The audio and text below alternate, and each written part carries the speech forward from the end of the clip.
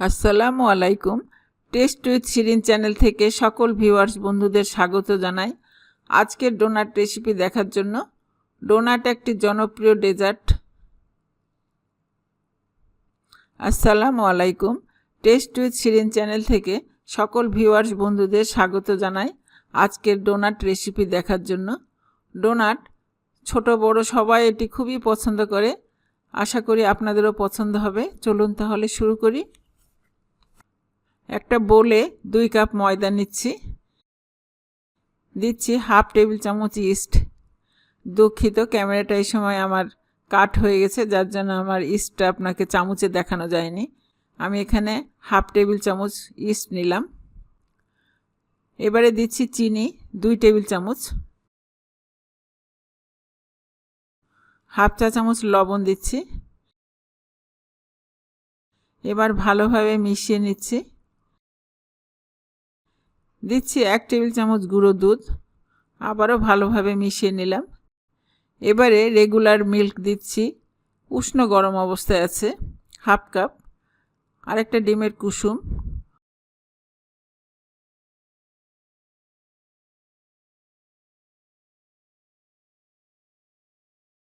এবার দিচ্ছি 1/8 কাপ অর্থাৎ 1/4 কাপের অর্ধেক বাটার।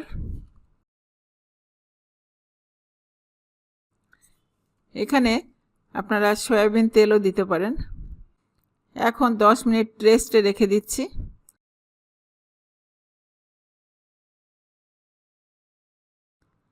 দশ মিনিট পর ফিরে আসছি।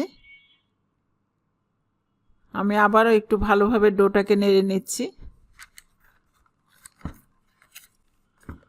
ডোটা অনেকটা মসৃণ হয়েছে।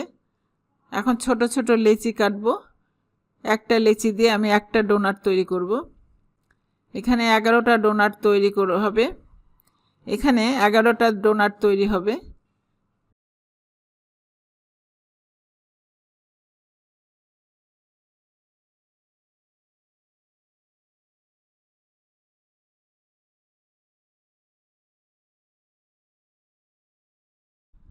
গোল করে সবগুলো লই করে নিলাম।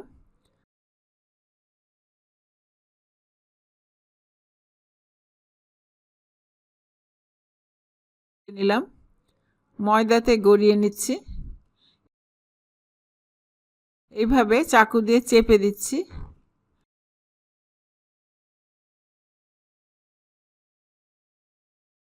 ডেকোরেশন নজল দিয়ে মাঝখানে ফুটো করে নিলাম গোল করে। এবার ট্রেসিং পেপারের উপর রেখে দিচ্ছি। পুরোপুরি ডোনাটের শেপে ফুলে উঠলে ভেজে নিব।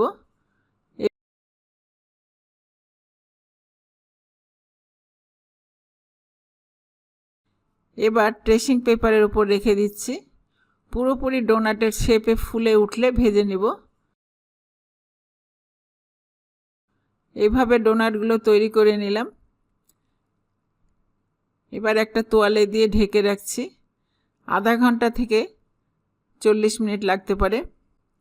এবারে ফ্রাই প্যানে তেল দিচ্ছি গরম হতে। তেল হালকা গরম হয়েছে, ডোনাটগুলো এভাবে ছেড়ে দিচ্ছি।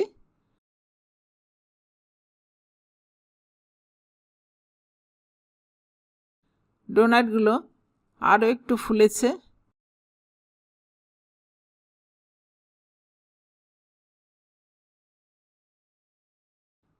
উল্টে দিচ্ছি।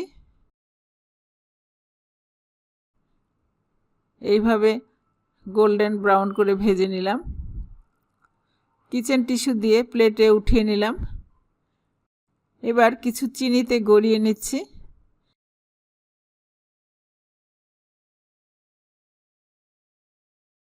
কিছু এমনি রাখছি। এবারে একটা ডোনাটের ভিতর দেখাচ্ছি, দেখেন কতটা নরম। আপনারা এইভাবে তৈরি করলে ডোনাট বানানো অনেক সহজ হবে এবং দেখতে সুন্দর হবে। আশা করি আপনাদের ভালো লাগবে।